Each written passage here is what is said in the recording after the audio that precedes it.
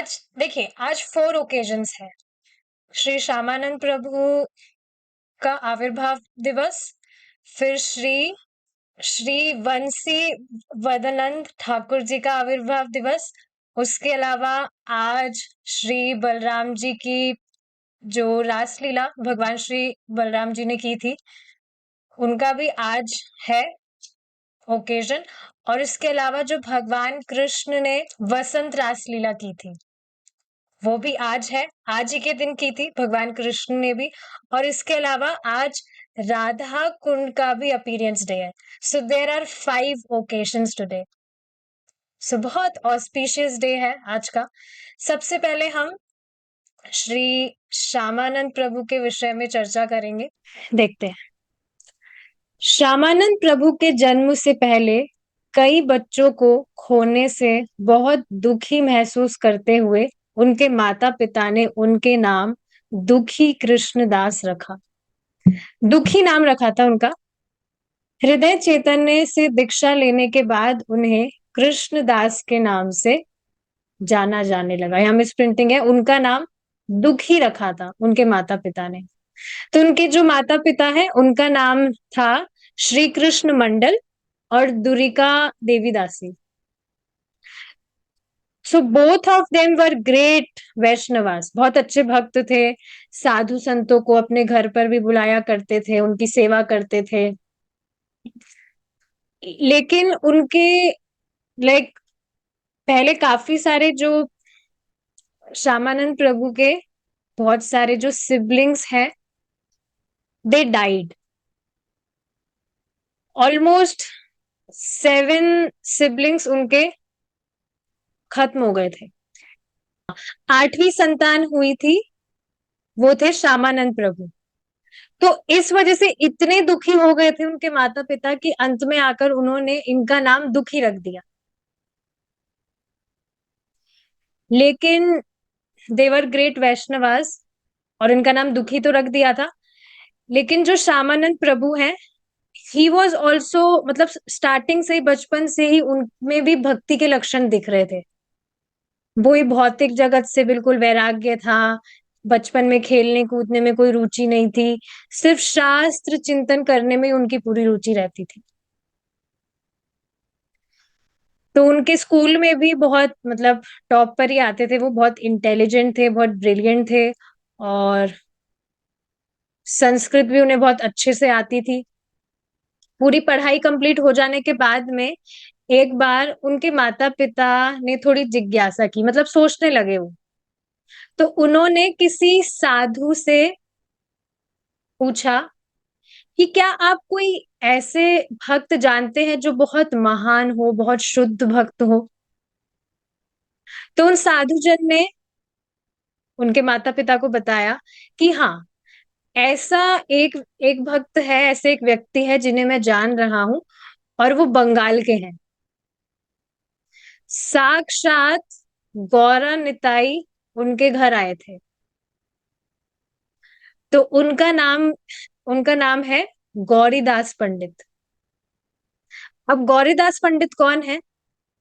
श्यामानंद प्रभु के spiritual master हुए गौरीदास पंडित। तो उन पर भगवान ने बहुत कृपा की थी। स्वयं भगवान जब प्रकट हुए थे तो बाद में जाकर उनके घर पर भी रुके थे भगवान। और उनके जो शिष्य हैं वो हुए हृदय चैतन्य दास, जो कि श्यामानंद प्रभु के गुरु महाराज हुए। तो अब हृदय चैतन्य दास का अर्थ क्या है? आप देखेंगे नाम में ही अर्थ छुपा है। जिनके हृदय में भगवान चैतन्य महाप्रभु वास करते हैं। तो उनके पेरेंट्स, श्यामानंद प्रभु के पेरेंट्स सोच रहे थे, उनके माता पिता सोच रहे थे कि कोई गुरु होना चाहिए, क्योंकि गुरुदेव की शिक्षा के बिना, गुरुदेव के आश्रय के बिना कृष्ण प्रेम की प्राप्ति होना पॉसिबल नहीं है। तो श्यामानंद प्रभु की भी इच्छा थी कि मैं भी जाऊंगा, मैं जानना चाहता हूँ गुरुदेव के पास में, जिनकी मैं शरण ले सकूं, जिनका मैं आश्रय ले सकूं, उनसे मैं दीक्षा ले सकूं और फिर मैं पूरे जीवन अच्छे से भक्ति कर सकूं। तो उनके पेरेंट्स भक्ति थे। सामान्यतः आप देखेंगे अभी तक, जैसे हमने जितने भी डिस्कशन किए हैं आचार्यगण के विषय में, तो सबके पेरेंट्स बाधा डालते थे। लेकिन इनके पेरेंट्स थोड़े अलग हैं। उनके पेरेंट्स तो ऑलरेडी वैष्णव थे, तो उनको कुछ प्रॉब्लम नहीं हुई। उन्होंने बल्कि उनको आशीर्वाद ही दिया, उन्होंने कोई बाधा नहीं डाली। लेकिन अब जो गांव के लोग थे वो सोच रहे थे कि अरे, ये बड़े अनोखे माता पिता है, यहाँ पर जो बच्चा है वो जाना चाहता है और ये तो बल्कि आगे होकर आशीर्वाद दे रहे हैं। तो उन्होंने कुछ भी बाधा नहीं डाली। देवर जस्ट कूल कि ठीक है, जाओ, कोई दिक्कत नहीं है। श्यामानंद प्रभु को भी थोड़ी मतलब डाउट हो रहा था उनके मन में भी कि कहीं मेरे जो माता पिता है वो पलट ना जाए। तो उन्होंने ज्यादा देर ना करके अगले दिन ही सुबह ब्रह्म मुहूर्त से पहले ही वो निकल गए। ऑफ कोर्स माता पिता को बताकर गए, उनका आशीर्वाद लेकर। अगले दिन ही वो निकल गए। तो निकल जाने के बाद में कहाँ पर निकले? अपने गुरु जी के पास जाने के लिए। तो वहां गुरु जी के पास जाने के लिए उन्होंने निकल गए। तो रास्ते में जाकर शाम हो गई थी, उनको बहुत थकान हो गई थी। लेकिन वो रास्ता नहीं था, वो ऑलमोस्ट वहां पहुंच ही गए थे जहां पर वो रुके थे। तो वहां जाकर फिर उन्होंने विश्राम किया। खाना पीना भी पूरे दिन नहीं खाया था, थक गए थे। तो सिर्फ पानी पीकर सो गए थे। तो उनके जो गुरु महाराज हैं वो भगवान के मंदिर के पास में ही रहते थे, अब गौरन निताई के मंदिर के पास में ही। तो दूसरे दिन जब श्यामानंद प्रभु उठे, तो उठते ही उन्होंने देखा कि झाड़ू पड़ी है। झाड़ू उठाई और उन्होंने झाड़ू लगाना शुरू कर दिया। तो झाड़ू लगाने के बाद में जिनके पास में जाने के लिए वे निकले थे, अपने गुरु महाराज के पास में, तो वो खुद ही वहां पर आ गए, उनके गुरु महाराज। और उन्होंने देखा ये अनजान व्यक्ति कौन है जो इस तरह से यहाँ पर झाड़ू लगा रहा है, पूरी सफाई वगैरह कर दिया। कौन है ये व्यक्ति? तो उन्होंने पूछा उनसे कि भाई कौन है आप? तो उनको देखकर ही जो श्यामानंद प्रभु है उनके चरणों में गिर गए और उन्होंने बताया, मेरा नाम दुखी है। तो उनके गुरु महाराज बोले, दुखी? भगवान की सेवा करने वाला जो मंदिर में झाड़ू लगा रहा है, भगवान की सेवा कर रहा है, वो दुखी कैसे हो सकता है? तो वो कह रहे थे कि हाँ, मेरा नाम दुखी ही है। मैं अ, हृदय चैतन्य प्रभु के चरणों का आश्रय लेने आया हूँ। मेरे माता पिता की आज्ञा से, उनकी अनुमति लेकर मैं उनकी शरण लेने आया हूँ। आपको पता है कहाँ मिलेंगे वो? तो फिर उन्होंने बता दिया कि मैं ही हूँ, ऐसे ऐसे उन्होंने बता दिया। तो ये बात पता लगते ही अब वो उनके चरणों पर गिर गए। अच्छा, इनके गुरु महाराज का नाम हृदय चैतन्य दास क्यों है? ठीक है, नाम का अर्थ तो हमने समझ लिया, पर इसके पीछे एक बहुत ही अमेजिंग स्टोरी है। हृदय चैतन्य दास जो कि श्यामानंद प्रभु के स्पिरिचुअल मास्टर है, इनके स्पिरिचुअल मास्टर कौन हुए अभी हमने डिस्कस किया? गौरी दास पंडित। तो उनके जो विग्रह है वे बंगाल में ही अंबिका कालना नाम का एक जगह है, वहां पर उनके विग्रह है। तो 500 साल पहले, ऐसा कहा जाता है 500 साल पहले जो भगवान आए थे, गौरा निताई, तो अगर किसी व्यक्ति ने साक्षात उनके दर्शन नहीं किए 500 साल पहले, तो उन विग्रह के दर्शन कर लीजिए। उनमें और साक्षात गौरा निताई में कोई डिफरेंस नहीं है। कैसे? अभी बहुत इंटरेस्टिंग स्टोरी है इसके पीछे, डिस्कस करेंगे, करते हैं। एक बार क्या हुआ था, भगवान चैतन्य महाप्रभु और नित्यानंद प्रभु गंगा पार कर कर आए। तो उस टाइम पर ज्यादा कुछ नाव वगैरह नहीं होती थी, सिर्फ एक ही बोट थी वहां पर। और स्वयं चैतन्य महाप्रभु उस नाव को, उस नौका को चलाकर आए थे। तो उन्होंने बताया गौरीदास पंडित को कि मैं आ गया हूँ। अब गौरीदास पंडित उनको देखते ही बिल्कुल भाव विभोर हो गए, कि वे तो समझ रहे थे कि ये स्वयं भगवान है। गौरीदास पंडित कृष्ण लीला में भगवान के सखा हैं। तो उन्होंने बस उनको देखते ही आलिंगन कर लिया, और उन्होंने कहा यहाँ पर क्यों बैठे हो, चलो चलो घर पर चलो, यहाँ पर मत बैठे रहो, चलो घर पर चलो। घर पर जाने के बाद में उन्होंने बहुत सुंदर उनके लिए प्रसादम बनाया, कुकिंग की, और उनको खिलाया। तो डेली इसी तरह से अच्छा अच्छा उनके लिए प्रसाद बनाते थे गौरीदास पंडित, उनको डेली खिलाते थे। ऐसे करते करते 7 दिन बीत गए। अब 7 दिन कब बीत गए मालूम ही नहीं चला। 7 दिन कब बीत गए मालूम ही नहीं चला। और गौरीदास पंडित उनको जाने ही नहीं दे रहे थे। तो अब भगवान सोचने लग गए, अगर हम ऐसे यहाँ पर बस प्रसादम का आस्वादन लेते रहेंगे तो प्रचार कैसे होगा। तो चैतन्य महाप्रभु ने कहा नित्यानंद प्रभु को कि कहो इसको, इसको कहो कि अब जाना है, प्रचार भी तो करना है। तो उनको कहते, वो कहते नहीं नहीं अभी नहीं जाना, इतने दिन बाद तो आप आए हैं, थोड़ा और दिन रुकिए फिर चले जाइएगा। तो ऐसे करते करते पूरा महीना बीत गया, लेकिन उसके बाद में भी जाने ही नहीं देते। और ऐसे और बोले हुए थे कि अगर बिना बताए कभी निकल गए तो बस मैं जाते ही गंगा में जाकर मेरे प्राण त्याग दूंगा। तो चैतन्य महाप्रभु तो इस बात से अवगत थे कि भक्त है और प्रेम में इस तरह से कह रहे हैं, बाद में हो सकता है ऐसा हो भी जाए। So that's why Mahaprabhu was not going anywhere, वहीं पर रुके हुए थे। लेकिन उन्होंने सोचा कुछ तो उपाय करना होगा, ऐसे कब तक यहाँ पर बैठे रहेंगे, प्रचार भी तो करना है। तो चैतन्य महाप्रभु की इच्छा थी कि उनके विग्रह की भी सेवा हो। तो उन्होंने एक दिन क्या किया, एक मूर्तिकार को बुलाया और मूर्तिकार से कहा कि हम यहाँ पर खड़े हैं, और हमारा बिल्कुल हमें देखकर वैसे के वैसे कार्विंग करके एक विग्रह बनाइए। तो अब दोनों, गौरा निताई, चैतन्य महाप्रभु एंड नित्यानंद प्रभु वो स्टैंडिंग और खड़े थे वो। तो सेम टू सेम वैसा का वैसा उस मूर्तिकार ने भगवान का विग्रह बना दिए, 2 विग्रह बना दिए, गौरा निताई, 7 फुट के विग्रह। तो साक्षात जैसे गौरा निताई है बिल्कुल वैसे के वैसे उन्होंने वो डीटी बनाया, भगवान की कृपा से ही बिल्कुल वैसा का वैसा ही, सेम ड्रेसिंग वगैरह सब कुछ एज इट इज।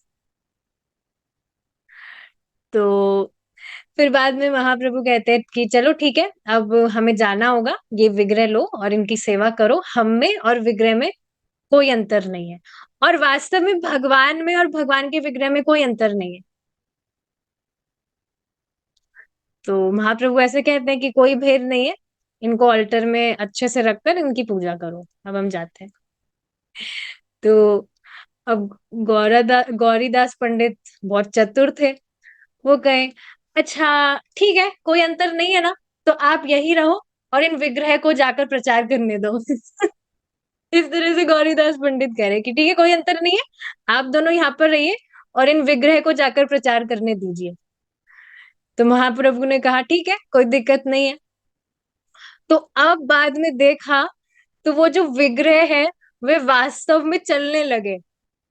और गौरीदास पंडित ने देखते ही डंडा लगाया जोर से, रुको कहाँ जा रहे हो।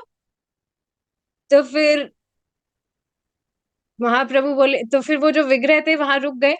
और फिर महाप्रभु और नित्यानंद प्रभु ने कहा चलो फिर हम चलते हैं। फिर उनके आगे भी डंडा लगाया, कहाँ जा रहे हो।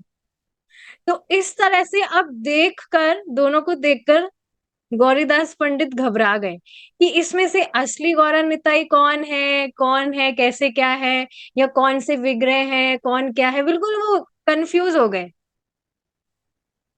अब जब वार्ता करते तो चारों के चारों एक साथ बोलते, खाते भी चारों ही साथ में। कुकिंग करके अगर गौरीदास पंडित उनको सर्विंग करते तो चारों प्लेट में चारों खा रहे। बात करते तो चारों के चारों ये भी बात करते, गौरन भगवान और नित्यानंद प्रभु भी बात करते और उनके विग्रह भी बात करते। तो बाद में महाप्रभु ने गौरीदास पंडित को कहा कि ठीक है, अच्छी बात है, सब कुछ बढ़िया चल रहा है, लेकिन आप अभी ये दोनों सेट को नहीं रखेंगे, एक सेट को जाने दीजिए प्रचार करने के लिए। एक को अपने पास रखिए और एक को प्रचार के लिए जाने दीजिए। तो उन्होंने ठीक है सोच विचार करके भगवान की योग माया शक्ति से उन्होंने विग्रह को ऑल्टर में रख दिया और स्वयं जो गौरा निताई है वह चल दिए। तो उन्होंने देखा कि ऑल्टर में भी गौरा निताई बैठे हैं और वहां से जा भी रहे हैं। खुद वो फिर पेड़ पर चढ़कर देखने लगे कि यहाँ पर ऑल्टर में भी बैठे हैं और वहां पर आ, गंगा की तरफ गौरा निताई जा भी रहे हैं। पर उनको विश्वास था कि हाँ, मेरे घर में गौरा निताई है। तो हाँ, इनके शिष्य हुए, गौरीदास पंडित के शिष्य हुए हृदय चैतन्य दास। इनका नाम हृदय चैतन्य दास बाद में पड़ा था, पहले इनका नाम चैतन्य दास था। तो अब इनका नाम हृदय चैतन्य दास कैसे पड़ा? एक बार क्या हुआ था, इनके गुरुजी कहीं चले गए थे, गौरीदास पंडित कहीं चले गए थे बाहर। तो बहुत दिन हो गए थे, आ ही नहीं रहे थे। उनके जो शिष्य हैं चैतन्य दास, वो प्रतीक्षा कर रहे थे। प्रतीक्षा करते करते फिर गौर पूर्णिमा आने को थी। अब गुरुजी आए नहीं पर अभी तक भी। तो चैतन्य दास ने क्या किया, उन्होंने खुद ने ही एक बड़ा सा फंक्शन रखा और बहुत सारे भक्तों को भी इनवाइट कर लिया। अब अगले दिन जब गौर पूर्णिमा का फंक्शन था, उसकी एक रात पहले ही गुरुजी पधार गए। अब उनके शिष्य ने बताया चैतन्य दास ने कि ऐसे ऐसे गुरुदेव, आप तो थे नहीं, गौर पूर्णिमा आने को थी, तो मैंने ऐसे ऐसे फंक्शन रखा है, बढ़िया प्रोग्राम किया है, हजारों भक्तों को आमंत्रित किया है, आप तो थे नहीं। तो गौरीदास पंडित थोड़ा रुष्ट हो गए कि मेरी बिना आज्ञा के तुमने इतना बड़ा प्रोग्राम कर लिया, यहाँ पर कोई प्रोग्राम नहीं होगा। तो शिष्य जी कहने लगे, चैतन्य दास कहने लगे कि लेकिन गुरुदेव आप थे नहीं। तो उन्होंने कहा चुप, मेरे सामने जवाब दोगे? चलो जाओ दूसरी तरफ करना, यहाँ पर कोई प्रोग्राम नहीं होगा। तो अब वहां प्रोग्राम ना होकर गांव के दूसरी बार फंक्शन होना था। तो ठीक है, अगले दिन वहीं पर फंक्शन हुआ, सब कीर्तन वगैरह कर रहे थे, नृत्य वगैरह कर रहे थे। अब जब इस तरह से संकीर्तन हो रहा था, तो यहाँ पर ऑल्टर में जो गौरा निताई बैठे थे, वहां से उठकर चल दिए फंक्शन में और अब वहां पर नृत्य कर रहे, हरि बोल, वहां पर नृत्य कर रहे गौरा निताई। उस दिन गौरीदास पंडित ने बड़ा राजभोग लेकर आए थे, बड़ा सा थाल वगैरह सजाकर ऑल्टर में भगवान को ऑफर करने के लिए। पर वहां पर देखे तो गौरा निताई है ही नहीं। तो सोच में पड़ गए, मैंने तो इतना बढ़िया कुकिंग करा इतनी मेहनत करके, और ये दोनों कहाँ चले गए? तो उन्होंने लिया डंडा और चले देखने के लिए। तो देखते देखते वहां फंक्शन में पहुंच गए और वहां पर देखा तो दोनों गौरा निताई नृत्य कर रहे हैं, हरि बोल, हरे कृष्णा वहां पर नृत्य कर रहे हैं। अब वहां पर जाकर गौरीदास पंडित डंडा लेकर खड़े हो गए और उनको देखते ही सब चुप, बिल्कुल सन्नाटा छा गया। अब सब देख रहे थे। तो महाप्रभु ने महाप्रभु ने नित्यानंद प्रभु से कहा कि ये तो इस तरह से डंडा लेकर आए हैं। तो उनसे जितनी देर में पूछते, नित्यानंद प्रभु तो वहां से भाग गए। लेकिन चैतन्य महाप्रभु वहीं खड़े थे। तो ऐसा नहीं था कि गौरीदास पंडित कोई भगवान को डंडा लेकर कुछ पिटाई करने आए थे, ऐसे ही वो तो आए थे, ड्रामा कर रहे थे। लेकिन ये देखते ही जब पास आए डंडा लेकर गौरीदास पंडित, तो महाप्रभु उनके शिष्य के पास में खड़े थे और उनके शिष्य के हृदय में प्रवेश कर गए। अब ये देखते ही गौरीदास पंडित ने जैसे ये देखा, तो उन्होंने तुरंत अपने शिष्य को प्रणाम किया। और जो शिष्य है वो देखकर, अरे गुरु महाराज ये आप क्या कर रहे हैं, आप मुझे क्यों प्रणाम कर रहे हैं? लेकिन गौरीदास पंडित ने उनको आलिंगन कर लिया, चैतन्य दास को, जो उनके शिष्य हैं, कि तुम्हारे हृदय में साक्षात चैतन्य महाप्रभु वास करते हैं, मैंने अभी देखा है, तुम्हारे हृदय में प्रवेश कर गए। आज से तुम्हारा नाम चैतन्य दास नहीं, हृदय चैतन्य दास है। तो इस तरह से उनका नाम हृदय चैतन्य दास हुआ और इस तरह से वो बहुत महान संत हुए। और जो श्यामानंद प्रभु है वो इनका आश्रय लेने आए। तो हृदय चैतन्य से दीक्षा लेने के बाद उन्हें कृष्णदास के नाम से जाना जाने लगा। तो उनका दीक्षित नाम जो है श्यामानंद प्रभु का, वो है कृष्णदास। उनके माता पिता से उनको क्या नाम प्राप्त हुआ था? दुखी। इट वॉज ओनली दुखी। आगे जाकर जब उन्होंने अपने गुरु महाराज से दीक्षा ली तो उनका नाम हुआ कृष्णदास। जैसे कि आप यहाँ पर ये फोटो देख रहे हैं, इस तरह से इनके गुरु महाराज इनको दीक्षा दे रहे हैं। और ये दीक्षा कब हुई थी? फाल्गुनी होली पूर्णिमा को, तब उन्होंने उनको दीक्षा दी थी। ठीक है। और जगह का नाम यहाँ पर देखिए मेंशन है, अंबिका कालना, कृष्ण मंत्र में दीक्षा। ठीक है, चलिए अब देखिए आगे क्या होता है। आगे जाकर दीक्षा वगैरह जब उनका हुआ तो अब श्यामानंद प्रभु को स्वयं सारी सेवा करने का मौका मिल रहा था। उनको स्वयं दीक्षा देने के बाद में स्वयं उनके जो विग्रह हैं गौरा निताई, उनकी सेवा करने का अवसर प्राप्त हुआ। तो सारी सेवा अब वही करते, कुकिंग, क्लीनिंग, ड्रेसिंग वगैरह सब कुछ। और उन्होंने इस तरह से कम 10 से 12 साल किया था। अब महाप्रभु की सेवा करने से क्या होता है? कीर्तन है ऐसे, जे गौरंगेरा नाम ले, तारा हृदय प्रेमा उदय। तो जो भी चैतन्य महाप्रभु की सेवा करता है उसके हृदय में भगवान कृष्ण के प्रति प्रेम उमड़ेगा ही। चैतन्य महाप्रभु की सेवा करने से बहुत तीव्रता से कृष्ण के प्रति प्रेम उमड़ता है, भक्त के हृदय में बढ़ता है प्रेम। तो जब इस तरह से गौरा निताई की सेवा कर रहे थे तो अब ऐसा करते करते उनके हृदय में वृंदावन जाने की बहुत प्रबल इच्छा हुई। तो उन्होंने अपने गुरु महाराज को बताई ये बात कि इस तरह से बहुत इच्छा हो रही है। और उनके गुरु जी ने, गुरु महाराज ने उनके इस तरह से प्रबल इच्छा देखकर ही अग्रीड कि ठीक है आप जाइए वृंदावन के लिए। और उनको बताया भी कि वहां पर मेरे मित्र रहते हैं, श्रीला जीव गोस्वामी, मैं उनको पत्र लिखता हूँ। वो भगवत की महान पंडित है, भागवत के महान पंडित है, संसार में उनके जैसा कोई भी नहीं है। तो आप उनसे जाकर वहां पर भागवत पढ़ना, इधर उधर कहीं पर मत जाना, उनसे जाकर भागवत पढ़ना। जैसा कि आप यहाँ पर ये फोटो देख रहे हैं, इस टाइम पर वहां पर यहाँ पे जैसे मेंशन है श्रीनिवास आचार्य और नरोत्तम दास ठाकुर जी भी थे, जैसे आप यहाँ ऊपर देख रहे हैं।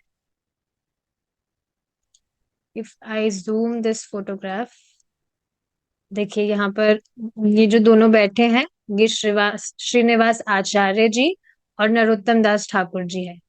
और यहाँ पर ये श्यामानंद प्रभु आए हैं श्रीला जीव गोस्वामी जी के पास में, उनको प्रणाम कर रहे हैं। तो वृंदावन में वह श्रीला जीव गोस्वामी के अधीन गोस्वामी ग्रंथों का अध्ययन करने के लिए नरोत्तम दास ठाकुर और श्रीनिवास आचार्य के साथ जुड़ गए। तो उस टाइम पर श्रीनिवास आचार्य जी और नरोत्तम दास ठाकुर जी भी थे। तो अब तीनों साथ में भागवत पढ़ते थे श्रीला जीव गोस्वामी जी से। तो अब वहां पर जाकर श्यामानंद प्रभु को क्या सेवा मिलती है? श्रीला जीव गोस्वामी जी उनको वहां पर श्री श्री राधा कृष्ण की जो नित्य निकुंज राजस्थली है, वहां पर उनको सोहिनी सेवा। देखिए वहां पर जो झाड़ू लगती है ना, हमने ये डिस्कस भी किया था पहले भी, वहां पर झाड़ू वगैरह नहीं होती है। और वहां पर जो झाड़ू निकालने वाले व्यक्ति होते हैं उनको भंगी नहीं बोला जाता है, इट इज सोहिनी सेवा।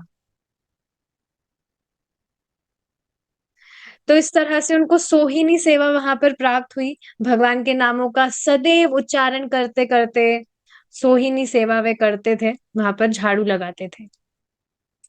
तो ये सेवा उन्होंने 12 साल से भी अधिक समय तक की थी। 12 साल से भी अधिक समय तक उनको ये सेवा करने का अवसर मिला था। फिर बाद में यमुना जी जाते, वहां पर स्नान करके भागवत सुनते। अब एक दिन क्या हुआ, आगे जाकर श्यामानंद प्रभु को एक दिन सपना आता है।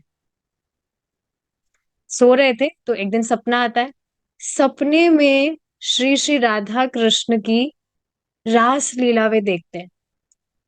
उस रास लीला में लाखों लाखों गोपियां, और हर गोपियों के साथ में कृष्ण थे जो रास लीला कर रहे थे। हर गोपी के साथ में कृष्ण थे। लाखों लाखों गोपियां, लाखों लाखों कृष्ण, और सब रास लीला कर रहे। हर गोपी के साथ कृष्ण थे।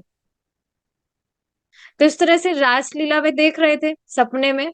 और जब पूरी रात बीत गई रास करते करते, जब सुबह ब्रह्म मुहूर्त का समय होने वाला था तो जाने का टाइम हुआ। तो अब उस टाइम पर क्या हुआ, राधा रानी के जो आ, पायल होती है उसका जो नुपुर है वो वहां पर गिर गया। और किसी को ध्यान नहीं था इस चीज के बारे में कि राधा रानी का इस तरह से जाते टाइम पर वहां पर नुपुर गिर गया। लेकिन श्यामानंद प्रभु ये सब देख रहे थे सपने में। और ये देखने के बाद में अब वो खुद उसको उठा लिए अपने आप। नुपुर मतलब पायल का जो घुंघरू होता है उसकी बात हो रही है। तो वो राधा रानी का गिर गया था। तो वहां पर सपने में देख रहे थे, किसी को ध्यान नहीं था, लेकिन श्यामानंद प्रभु सपने में देख रहे थे और उन्होंने खुद ने उठा भी लिया वहां पर।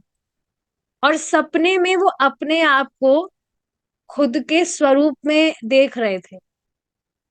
कृष्ण लीला में श्यामानंद प्रभु कनक मंजरी है।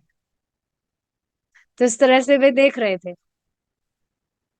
और जैसे ही उन्होंने वो घुंघरू उठाया तुरंत उनकी नींद टूट गई। और उठते ही वॉज जस्ट सरप्राइज कि अरे ये मैं क्या देख रहा था, ये क्या सपना देखा मैंने। फिर कुछ नहीं, उठे और अपनी सेवा चालू, झाड़ू लगाना शुरू कर दिया उन्होंने। अब झाड़ू लगाते लगाते उन्होंने देखा कुछ चमकीला सा चमक रहा है। और देखा तो वही नूपुर वहां पर पड़ा था। और सपने के आधार पर वो समझ गए थे कि ये किसका है। अब उस नूपुर को लिया और उन्होंने अपने कपड़े में उसको बांधने लगे। बांध लिया जब, तो अब तुरंत वहां पर एक 14 साल की युवती आती है, एक 14 साल की लड़की आती है। और आते ही वो कहती है, कुछ मिला आपको, यहाँ पर कुछ मिला आपको? तो उन्होंने कहा हाँ हाँ मिला ना, देखो ये नुपुर मिला है मुझे। उन्होंने दिखाया, ये नुपुर मिला है, देखो। तो उन्होंने कहा कि ठीक है, लाओ मुझे दे दो, ये मेरी सखी का है। वो जो युवती थी वो ललिता सखी थी। तो उन्होंने कहा ठीक है, लाओ मुझे दे दो, ये मेरी सखी का है, मैं उनको दे दूंगी। तो उन्होंने कहा नहीं, मैं नहीं दूंगा, जिसका है उसको यहाँ पर आना होगा। जिसका है उसको दूंगा ना, आपको काहे को दूंगा मैं, जाओ उसको लेकर आओ, चलो। तो इस तरह से उनको नहीं दिया उन्होंने। उनसे ललिता सखी बहुत रिक्वेस्ट भी कर रही थी, पर वो माने ही नहीं कि नहीं, आप चले जाइए, आप उनको ही लेकर आइए, जिनका है मैं उनको ही दूंगा। फिर चली गई वहां से ललिता सखी। फिर थोड़े टाइम बाद में वापस आई, और इस बार श्रीमती राधा रानी को भी साथ में लेकर आई। तो ललिता सखी कहती है कि देखो, मैं आ गई, और ये भी आ गई है, इनका ही है, इनको दे दीजिए आप।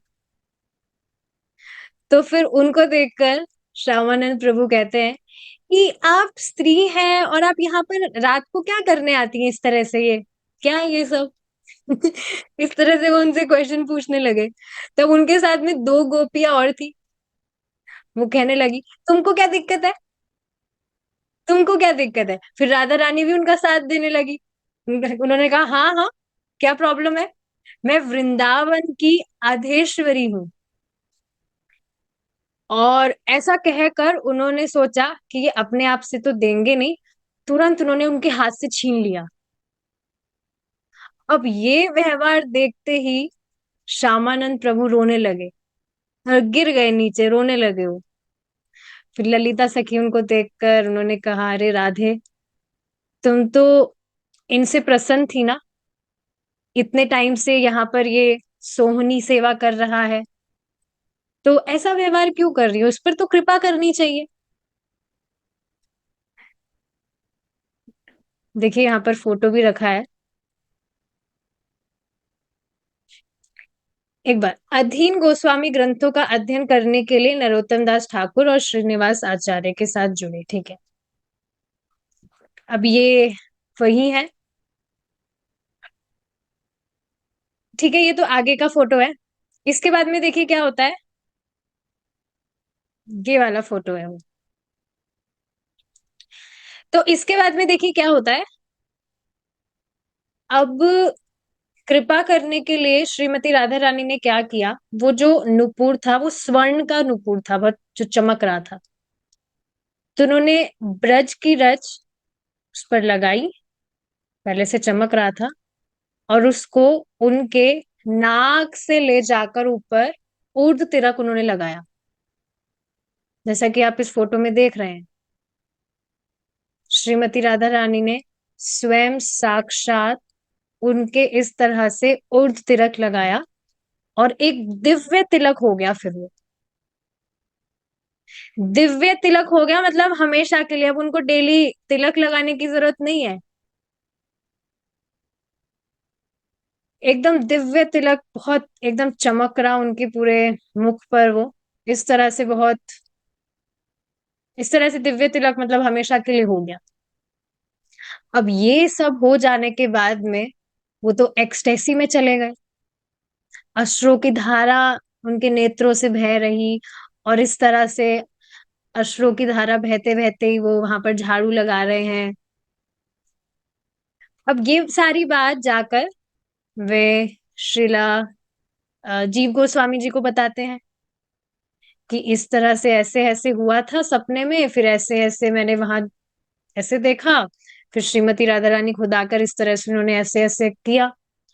तो जीव गोस्वामी जी सुनते ही उन्होंने उनको आलिंगन कर लिया कि कौन कहता है, कौन कहेगा कि तुम दुखी हो,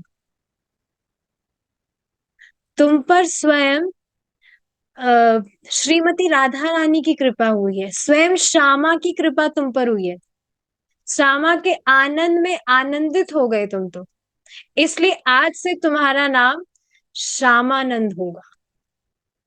तो तब से उनका नाम श्यामानंद हुआ। एक बार इसको पढ़ते हैं हम।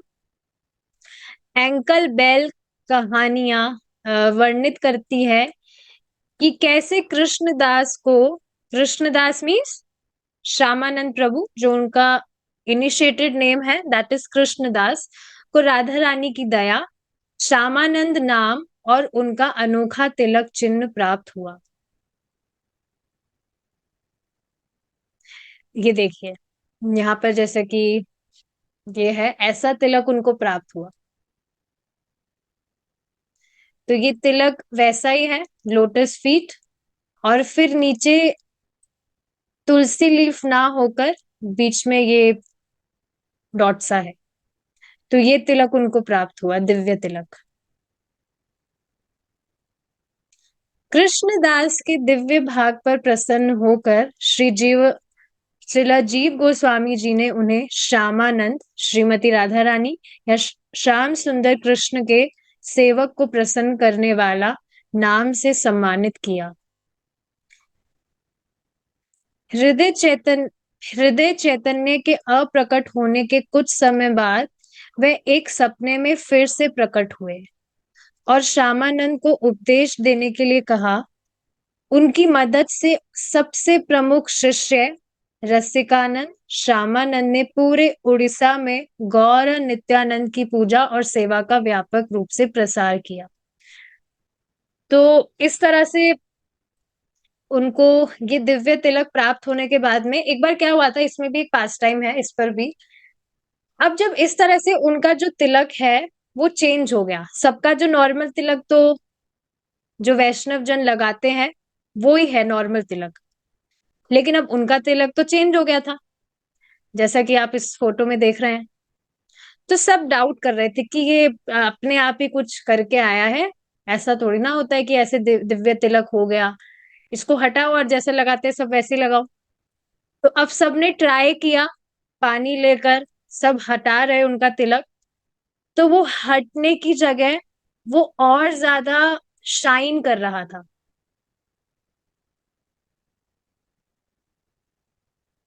तो इस तरह से पहले तो सबको विश्वास ही नहीं हो रहा था, लेकिन बाद में सब सरप्राइज हो गए। तो और शाइन कर रहा था वो, हटने की जगह शाइन कर रहा था और ज्यादा। तो इस तरह से है। और बाद में उनके जो गुरु महाराज हैं, उन्होंने उनको इंस्ट्रक्शन दिया था कि आप ऐसे जाकर पूरे उड़ीसा में प्रचार कीजिए, भगवान चैतन्य महाप्रभु के विषय में प्रचार कीजिए, संकीर्तन प्रचार कीजिए। इस तरह से उन्होंने उनको इंस्ट्रक्शन दिया था, अप्रकट हो जाने के बाद सपने में आए थे। ठीक है। वेरी फर्स्ट इंस्ट्रक्शन वॉज कि आप श्रीला जीव गोस्वामी जी के साथ में रहकर उनके साथ में भागवत क्लासेस अटेंड करें, श्रीमद् भागवतम। और बाद में सेकंड इंस्ट्रक्शन प्रीचिंग का था। श्यामानंद की पुष्प समाधि के चारों ओर 24 घंटे का कीर्तन होता है, जो वृंदावन में राधा श्यामा सुंदर और राधा दामोदर मंदिरों के बीच चलने वाली सड़क के विपरीत दिशा में स्थित है। 24 आवर्स कीर्तन होता है वहां पर। ठीक है। तो यहाँ पर श्यामानंद प्रभु के विषय में हमारा जो डिस्कशन है यहाँ कंप्लीट होता है। There are many many pass times, but क्योंकि काफी सारी चीजें हैं आज एक साथ में डिस्कस करने के लिए, दैट्स वाई बिल्कुल ब्रीफ में हमने एक्सप्लेन किया है। नेक्स्ट टाइम लेट्स सी जब हमें मिलता है। अब आज श्री वंशी वदनंद ठाकुर जी का भी अपीयरेंस डे है। अब वे कौन है? अब आप सोच रहे होंगे ये क्या फोटो रखा है, उनका शक्ल कहाँ गया? सो यस, श्री वंशी वदनंद ठाकुर जी स्वयं भगवान कृष्ण की वंशी हैं, जो गौर लीला में वंशी वदनंद ठाकुर के रूप में अवतरित हुए हैं। तो भगवान कृष्ण की जो वंशी है स्वयं, उन्होंने इस तरह से रूप लिया है। तो एक बार हम कुछ पास टाइम डिस्कस कर लेते हैं, देन आई विल रीड। तो क्या हुआ था, जो आ, इस तरह से गौर लीला में आए थे, एक बार इनका जो नाम है थोड़ा मुझे प्रोनाउंस नहीं किया जा रहा, थोड़ा हार्ड है। वंशी वदनंद ठाकुर। तो ये कौन है? जैसा कि अभी हमने देखा, साक्षात भगवान कृष्ण के वंशी के अवतार है। तो गौर लीला में वंशीनंद, वंशी वदनंद रूप में आए हैं, और कृष्ण लीला में स्वयं वंशी थे। एक बार क्या हुआ था, कुलिया ग्राम में एक भक्त हुए, माधव दास करके, जो कि एक गौर भक्त थे। तो माधव दास कौन है? वो स्वयं बंसी वदनंद के पिताजी हैं, जिनके घर में स्वयं चैतन्य महाप्रभु रहे थे 1 हफ्ते के लिए। और जब भगवान उनके घर पे रहे थे, तो उसी टाइम पर उनके पुत्र का जन्म हुआ था। वे हुए वंशी वदनंद ठाकुर जी। अब 1 हफ्ते बाद महाप्रभु तो चले गए थे, लेकिन उनकी सेवा के लिए बाद में जो विष्णु प्रिया है, श्रीमती विष्णु प्रिया, चैतन्य महाप्रभु की वाइफ, उनके साथ में वंशी वदनंद ठाकुर जी रहे थे एज अ केयर टेकर। हमेशा उनकी केयर करते थे, उनकी सेवा करते थे, उनका ध्यान रखते थे। अब बहुत टाइम बीत जाने के बाद में चैतन्य महाप्रभु आए नहीं, और सब उनका वेट कर रहे थे, आ ही नहीं रहे। तो अब उन्होंने डिसाइड किया कि अब हम अनशन पर जा रहे हैं। हम ना कुछ कुछ ना तो हम कुछ खाएंगे ना कुछ पिएंगे, बस अब हम ऐसे ही रहेंगे, बहुत हो गया। तो काफी टाइम तक वो ऐसे ही रहे, ना कुछ खा रहे थे ना कुछ पी रहे थे, दोनों, श्रीमती विष्णुप्रिया और वंशी वदनंद ठाकुर जी। तो एक दिन चैतन्य महाप्रभु उनके सपने में आते हैं कि देखो ऐसा मत करो, ये ठीक बात नहीं है। तो फिर वह कहते हैं कि तो हम क्या करें, आप आ ही नहीं रहे, ये अच्छी बात थोड़ी ना है। तो उन्होंने कहा ठीक है, आप मेरे विग्रह की सेवा करिए, क्योंकि महाप्रभु तो प्रचार के लिए गए थे। तो उन्होंने कहा आप मेरी विग्रह विग्रह की सेवा करिए। तो यहाँ पर भी उन्होंने विग्रह बनवाए अपने, चैतन्य महाप्रभु ने। और उन्होंने बताया कि ये जो विग्रह है, इनमें और मुझ में कोई भेद नहीं है, वी आर सेम। तो अब जो श्रीमती विष्णुप्रिया देवी है और बंसी वदनन ठाकुर जी हैं, वो इस तरह से महाप्रभु के विग्रह की सेवा करते थे, और पूरे जीवन उन्होंने इस तरह से सेवा की। और बंसीवदन ठाकुर जी ने पूरे जीवन श्रीमती विष्णुप्रिया देवी की भी सेवा की। तो ये वंशी वदनन ठाकुर जी वही है, वही वंशी जो कृष्ण लीला में है। और इस पे एक वेणु गीत भी आता है। वेणु गीत करके एक अध्याय है श्रीमद् भागवतम में, जहां पर सुखदेव गोस्वामी जी बताते हैं, मतलब जब उसकी व्याख्या कर रहे हैं, तो वो कह रहे हैं कि ये वेणु ने कहा है, मैं नहीं कह रहा हूं, ये स्वयं वेणु कह रहा है। भगवान की जो वंशी है वो कह रही है, मैं नहीं कह रहा हूं। तो वहां पर इस तरह से वे बताते हैं। तो इस तरह से जब चैतन्य महाप्रभु ने सन्यास ले लिया था, सन्यास लेकर चले गए थे, सन्यास ले जाने के बाद में आगे जाकर बंसी वदनन ठाकुर जी ने श्रीमती विष्णुप्रिया देवी और माता सची की जो उस टाइम पर हालत हो रही थी, कैसे विरहा वो महसूस कर रही थी, उस पर उन्होंने कविता भी लिखी थी। वंशी वदनन ठाकुर जी के विषय में आप इतना, मतलब इतना नहीं है, इतना ज्यादा नहीं बताया गया है। तभी फोटो भी नहीं मिली, मैंने इतना ढूंढा, फोटो भी नहीं मिली मुझे, फिर मैंने वो फोटो रख दिया था। तो कुछ ही पास टाइम्स है, इतना ही बताया गया है किस तरह से उन्होंने उनकी सेवा की थी, और कैसे वो कृष्ण विरह में थी, सची माता और विष्णु प्रिया, उनके विषय में उन्होंने कविताएं लिखी थी। तो एक बार पढ़ देते हैं इसको। जब वंशी वदनन ठाकुर प्रकट हुए, तो भगवान चैतन्य और श्री अद्वैत प्रभु उनके घर में रह रहे थे। श्रीमती विष्णुप्रिया देवी के अप्रकट होने के बाद बंसी दास अपने महाप्रभु विग्रह को कोलद्वीप वर्तमान नवद्वीप शहर में ले गए। उन्होंने कृष्ण के विग्रह हाँ विग्रह प्राण वल्लभ के साथ उनकी पूजा शुरू कर दी। वंशीवदनन ने गौड़ीय वैष्णवाद के दर्शन को व्यक्त करते हुए अद्भुत कविताएं और गीत लिखे। वह भगवान मुरली मनोहर की बांसुरी वंशी के अवतार थे। इसलिए यह आश्चर्य की बात नहीं है कि वंशीवदनन ठाकुर की रचनाओं में भक्ति की मधुर मधुर अभिव्यक्तियां हैं। तो इस तरह से हमारा जो डिस्कशन है अबाउट श्री वंशीवदनन ठाकुर जी वो यहाँ पर पूरा होता है। अब आगे जो रासलीला का टॉपिक है उस पर भी वो थोड़ा बड़ा है, बिल्कुल थोड़े से टाइम पर नहीं हो पाएगा, थोड़े से टाइम में मैं करना भी नहीं चाह रही हूँ। We will discuss it in detail in our next class. अभी का discussion we will stop here. Shri Shyamanand Prabhu की जय, श्री वंशीवदनन ठाकुर जी की जय, श्रीला प्रभुपाद की जय, साम वेद भक्त वृंद की जय, निताई गौर प्रेमानंदे। हरि बोल।